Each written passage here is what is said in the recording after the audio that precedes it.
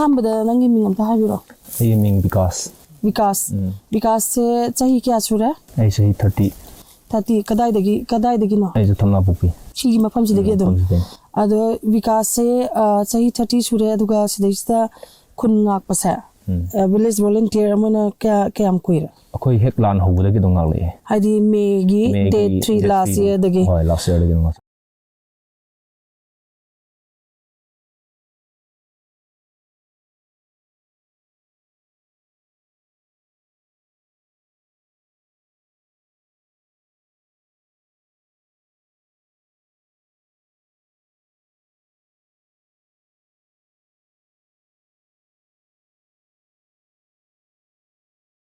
नमस्कार VOA India से मैं हूँ शांति कलाम। मैं इंफाल शहर यानी कि मणिपुर की कैपिटल में हूँ। अगर देखे जाए तो शॉप्स खुला हुआ है और लोग अपना डेली रोज़ की नॉर्मल बिजनेस में चल रहा है। देखने में काफ़ी नॉर्मल लगता है, मगर ये almost 1 year all classes between the Kuki and the Meitei communities still बहुत ये नॉर्मल थोड़ा बहुत कंट्रोल है। फिर भी I would rather say that the state is limping back to normalcy। अगर देखे जाए तो यहाँ पर जो नॉर्मल लगता है, ये सिचुएशन काफ़ी हॉस्टाइल और टेंस है इन पेरिफेरियल एरियाज। और यहाँ का जहाँ like minded people from across section ये इकट्ठा करके विलेज वॉलंटियर्स के लिए मदद करने के लिए जो आते हैं, हम उससे मिल के बात करते हैं। अदो विकास से लोहंग अब्रा कमाई होंद्री अदो स्टूडेंट दी और हमारे चाहिए 30 सुरम ने को अदो विकास से कई थबक तो होजिक से आयांग ओजाव रंबने स्कूल जिजु कोईगी लांजिन मरम ओइरगा थिंजन ग्रबा उपाय लेत्रबा हाइदि रेड जोन एरिया दो ओइबनिना अदुदगी अदुम खुनगाकपदा दम लेरे कोइसु उपाय लेत्रबा हाइदारे अखोगी सरकार जिना जु तौबिबा याब केम तौबिद्रबनिना हाइदारे कोइ तसेंगबगी दे कोइना दिंगा ओइदबनी तसेंगबगी दे कोइना गानिंगा मरमजु लेते हाइदारे अदो तौबिद्रबनिना खोइदि हेक हौबदगी खोइगी टेरिटोरी जिदि काइबा यादेना हुजि फो अदुम गाआगने कोइना लेरिसि अदु तादि लानगा इनेना खोसे विकास से लेरे को सदैसिदा अदु युमददि हंद्रा युमददि कनो तौद्रे गाहांगाक्ति चंगे अदुम कनो तौबु कांदा अदु अयामबदि अदुम स्वाइन अदुम लेरे हाइतारे अयुक नुंदिन दांगजे अदुम गाहाक पथाबा अमुक थोकपा गाहाक पथा अमुक थोकपा स्वाइन अदुम लेरे अदु अइना कैरुमा हंगजनिगे विकास तगी हाइबदी अखोइसे स्टूडेंट्स ओइरो यामना यूथ सिंजे को मणिपुर के सुमाइना सी खतंग सोम नाकना थना पुपी दंगना दतेबा अतोपा जगह मयाम द रेड जोन मयाम अमदा खुनगाक्तना थोलेबको एज अ विलेज वॉलंटियर्स अदु सी विलेज वॉलंटियर्स सिंजे हाइबदी वेल ट्रेन तौबुसनाते अदगी मोइगी अथॉरिटी सु लेतेबा नोमै पाइबगी अदुबु सिचुएशन जिना मरम ओइरकांदा अखोगी स्टेट सिदा लॉ एंड ऑर्डर फेलियर ओइरपदगी विलेज वॉलंटियर्स सिंजे थोलागा nga ibane natra ado sakada kari paujel pening sakada khoina hajening badi lanje matam thuna lusion biu tobom thokba tobiu sine khoina hajening jinga sibauta moina tobom thokba togdabadagi khoina jik leijari ba inau jinju like tami bang tani moina tobidabadagi khoi di territory je kai ba ya de na khoi di tasengna thokjara ine moina tobom thokba je tawragadi hujik su khoi di लारिक तमदना खोतना लैरिबा मयामसे लेजदोंग यादुना खोइना हारगा खोइना हाइजनिंग बदी सरकारना अथुबा मतमदा वारोसिन बुबीबा मतिक चाबा खोइगी टाइनरीबा जगा जिंगजिदा हुजि इरांग थोइबा जिंगजिदा security force से मतिक चाना थंबीबा खोइगी लौसिंग उबा याद्रिबा कैदोबा मयामसे सिजु उबदा खोइगी हुजि लैरिबा लौसिंग स्वाइगी मयामसे अमबु उदे खोइ अमुक पांदे तसेंगना हायरबदा मरमदि रेड जोन ओइरबनिना अदो हुजिगी सिक्युरिटी जिंगजिदा मतिक चाना लेबिरगदी खोइना कनो तौबा लौसिंग उबा कैदोबदसु कोइ याम थिना नुआइनी अदुना मतिक चाना थंबीगु वारोसिन थुना पुरपियु हाइजनी मैं यहाँ पर थमना पोपी एरिया इंफाल ईस्ट में पड़ते यहाँ पर आई हूँ। यहाँ पर ये बॉर्डरिंग एरिया है एक्चुअली कुकी का उस साइड पे कुकी का जगह है और यहाँ पर ये जगह एक्चुअली 20 to 30 किलोमीटर्स अवे है इंफाल सिटी से और हम यहाँ पर मिलेंगे विलेज वॉलंटियर्स। तो सबसे पहले मिंगमता हाइबिरो आई मिंशन थोय कोंजबम कदाइदगी न हाउ मर योम ने काइदगी नंग स्टूडेंट ला कमाय तो आई स्टूडेंट ने अदो नंग करम कॉलेज तम स्टैंडर्ड कॉलेज दा first semester BA first semester नंगी चाही क्या कुमरी चाही कुमरी अदो नंग सिगी थबक से हाइदी एज अ विलेज वॉलंटियर्स सिगी थौदांग अमा तौरैसे नंग ꯀꯔꯤꯗꯒꯤ ꯇꯧꯔꯛꯈꯤꯕꯅꯣ ꯅꯠꯇ꯭ꯔꯒ ꯅꯉꯣꯟꯗ ꯀꯅꯥꯅꯣꯃꯅ ꯇꯧꯗ ꯌꯥꯗꯦꯅ ꯍꯥꯏꯕꯒꯤ ꯇꯧꯔꯤꯔꯥ ꯁꯥꯟꯇꯟꯇꯅ ꯚꯣꯂꯨꯟꯇꯔꯤꯂꯤ ꯇꯧꯕ꯭ꯔꯥ ꯀꯔꯝꯃꯥꯏꯅ ꯇꯧꯈꯤꯕꯅꯣ ꯀꯅꯥꯝꯇ ꯏꯟꯁꯤꯜꯂꯛꯄ ꯅꯠꯇꯦꯕꯀꯣ ꯑꯩꯅ ꯀꯨꯀꯤꯁꯤꯡꯅ ꯑꯦꯇꯦꯛ ꯇꯧꯔꯛꯄ ꯀꯥꯟꯗ ꯏꯕꯨꯡ ꯏꯄꯥꯁꯤꯡ ꯍꯥꯠꯈꯤꯕ ꯌꯥꯝ ꯇꯝꯊꯤꯅ ꯍꯥꯠꯈꯤꯕ ꯏꯁꯨꯡ ꯏꯃꯥꯟꯅꯕꯤ ꯍꯥꯠꯈꯤꯕ ꯃꯌꯥꯝꯗꯣ ꯌꯦꯡꯉꯛꯑꯀꯥꯟꯗ ꯄꯦꯜꯂꯛꯇꯕꯗꯒꯤ ꯁꯨꯃꯥꯏꯅ ꯏꯁꯥꯅ ꯊꯣꯛꯆꯔꯛꯄꯅꯤ ꯑꯗꯨꯗꯤ ꯅꯪ ꯍꯧꯖꯤꯛꯁꯦ ꯀꯣꯂꯦꯖ ꯀꯥꯗ꯭ꯔꯦꯀꯣ ꯀꯣꯂꯦꯖ ꯑꯗꯣ ꯀꯥꯗ꯭ꯔꯦ ꯅꯪ ꯍꯥꯟꯅ ꯀꯣꯂꯦꯖ ꯀꯥꯔꯤꯉꯩꯗꯗꯤ ꯍꯥꯏꯕꯗꯤ ꯕꯤꯐꯣꯔ ꯗ ꯚꯥꯏꯑꯣꯂꯦꯟꯁ ꯑꯩꯈꯣꯏꯒꯤ ꯁꯤꯒꯤ ꯚꯥꯏꯑꯣꯂꯦꯟꯁꯁꯦ ꯇꯧꯗ꯭ꯔꯤꯉꯩ ꯃꯃꯥꯡꯗꯗꯤ ꯅꯪꯒꯤ ꯖꯣꯕꯀꯤ ꯑꯣꯏꯔꯣ ꯅꯪꯅ ꯍꯥꯟꯅ ꯑꯣꯏꯅꯤꯡꯕ ꯗ꯭ꯔꯤꯝ ꯑꯦꯁꯄꯤꯔꯦꯁꯟꯁ ꯑꯃꯗꯤ ꯂꯩꯔꯝꯒꯅꯤꯅ ꯑꯦꯁ ꯑ ꯌꯪ ꯄꯔꯁꯟ ꯑꯗꯨ ꯀꯔꯤ ꯀꯦꯕꯤꯟ ꯀ꯭ꯔꯨ ꯑꯣꯏꯕ ꯄꯥꯝꯃꯦ ꯀꯦꯕꯤꯟ ꯀ꯭ꯔꯨ ꯑꯣꯏꯒꯦꯅ ꯈꯜꯂꯝꯃꯦꯕ ꯑꯗꯣ ꯅꯪ ꯁꯤꯗꯩꯁꯤꯗ ꯅꯪꯁꯦ ꯀ꯭ꯋꯥꯀꯩꯊꯦꯜꯗꯒꯤ ꯊꯝꯅꯥꯄꯣꯛꯄꯤ ꯇꯥꯅ ꯁꯤꯗ ꯇꯧꯔꯒ ꯂꯩꯔꯤꯁꯦ ꯊꯥ ꯀꯌꯥ ꯁꯨꯔꯦ ꯊꯥ ꯃꯔꯤ ꯊꯥ ꯃꯔꯤ ꯐꯥꯗꯣꯔꯦꯕ ꯗꯦ ꯑꯦꯟ ꯅꯥꯏꯠ ꯁꯤꯐ ꯂꯩꯕ꯭ꯔꯥ ꯀꯃꯥꯏꯅ ꯇꯧ ꯅꯨꯄꯤꯒꯤꯗꯤ ꯅꯨꯡꯗꯥꯡꯗꯗꯤ ꯇꯥꯍꯟꯗ꯭ꯔꯦ ꯑꯗꯨꯗꯤ ꯅꯨꯡꯊꯤꯟꯗ ꯈꯛꯇꯪ ꯇꯧꯋꯦ ꯑꯗꯨꯒ ꯅꯪ ꯌꯨꯝꯗꯗꯤ ꯆꯠꯄ ꯌꯥꯎꯕ꯭ꯔꯥ ꯌꯨꯝꯗ ꯃꯔꯛ ꯃꯔꯛꯇ ꯆꯠꯄ ꯌꯥꯎꯋꯦ ꯑꯗꯣ ꯌꯨꯝꯗꯗꯤ ꯆꯠꯅꯤꯡꯗꯦ ꯍꯥꯏꯗꯤ ꯑꯩꯈꯣꯏ ꯃꯥ ꯑꯩꯈꯣꯏ ꯄꯥꯅꯁꯨ ꯌꯨꯝꯗꯒꯤ ꯊꯣꯛꯍꯟꯅꯤꯡꯗꯦꯕꯀோ ꯑꯗꯨ ꯎꯕꯗꯨꯗ ꯄꯥꯡꯒꯜ ꯁꯣꯟꯊꯩꯑꯕ ꯊꯧꯅꯥ ꯍꯟꯊꯕꯅꯤꯅ ꯌꯨꯝꯗꯗꯤ ꯄꯥꯛꯅ ꯆꯠꯇꯦ ꯀꯩꯂꯩꯃ ꯈꯨꯃꯟ ꯀꯩꯂꯩꯃ ꯈꯨꯃꯟ ꯑꯗꯨ ꯅꯪꯁꯦ ꯅꯪꯒꯤ ꯆꯍꯤ ꯀꯌా ꯁꯨꯔꯦ 21 सूदोरबा सितंबर में 21 होने वाला है नंग कदाइदगिनो लमलाइदगी ओके अदो नंगना सुमाइना विलेज वॉलंटियर ओइसे नसाना वॉलंटरीली थोलेरा कनागुंबा अमना हारगा थोरखिब्रा कमाइन तवे इसाना दम खल्लगा थोरकपने हाइदि करी वहाउदो करी लान जे खौरकपदगी अखोइगी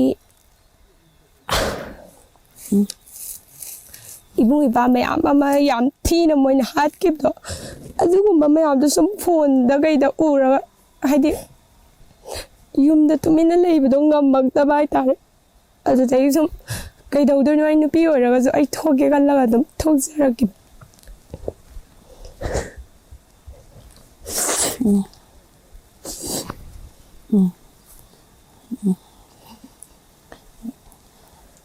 नंग हजिकसा सिलेक्शन था क्या दी सुरे लेबसा था मरी मुसुरे अदो नोगी युंगी मीसिंगदि याबा नंग सुमाय थोरकसा युंगी मीना आनबदा याम थिंगे अदो आइना लोन अदुम चटलेबा अदुसु हल्ला संगांबा दगी हदि वारीजे युमदा सुम फजबजना नुक्तिगी सारे अदैदि मोइजु वाखलदो ओलागा आइदि इमालेबाकी दमगदा आइना चटबजि थिंगबीद्रे हुजिकति युमदासु आइदि फी साइबा फीजु सानी अदगी सिगिजु चटनिंगबनि चटले अदैनि कॉलेज कानिंगाजु होननि फॉर्म फिलअप तौनिंगाजु अनि याम वाइ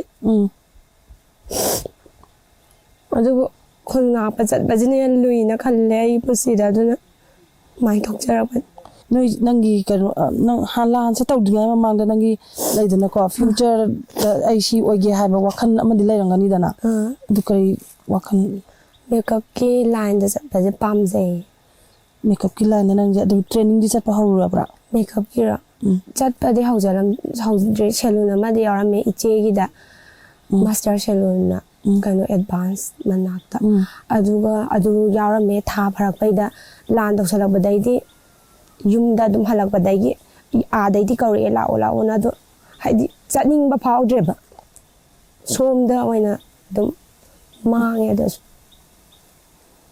अदुदगी दुम आइना चटनिंगद्रमनिना असोमदा चट्रे सोमदा ओइना खुलंगापना फै खले हुजिक अदो तोए अदो हुजिक से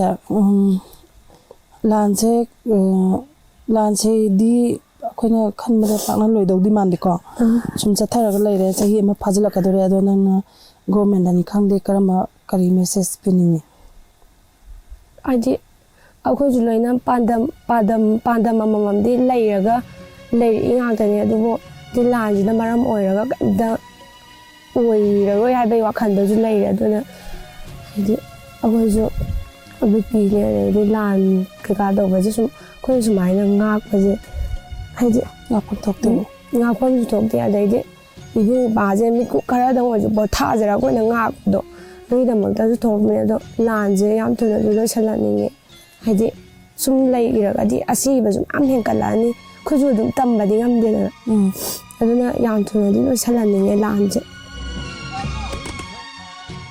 सर आपने एक ये ग्रुप पे ये टीम बना के यहाँ पर विलेज वॉलंटियर्स के लिए मदद के लिए, चाहे लाइक बेसिक एम्यूनिटीज़ वगैरह। अब इसके बारे में कुछ बोल सकते हैं क्योंकि ये विलेज वॉलंटियर्स ज़रूरी भी नहीं है, स्टेट फोर्सेस और ये सेंट्रल फोर्सेस का जो काम है ये No, actually, protection of the people, the villages, is the sole responsibility of the government of India and the government of Manipur. But then it seems that the government, both the government are blind. They are not hearing. They are deaf. So the innocent village people, they have to defend for their land, their people. So in order to help them, we made some small amount of contribution. Ours is a voluntary group. And we go from here to there, here and there, and then we have been to a number of places, to every red zone areas. Not every, but a few of them. Okay. At least 4 or 5 of them, we have been there, and we have helped whatever we can do from our end. This is a voluntary group. तो आप क्या क्या चीज़ उसको मदद के लिए देते हैं? No, also we have brought eatables में अंडा, then ngari, then mustard oil, and then shoes, and then jackets. Jackets. Yes.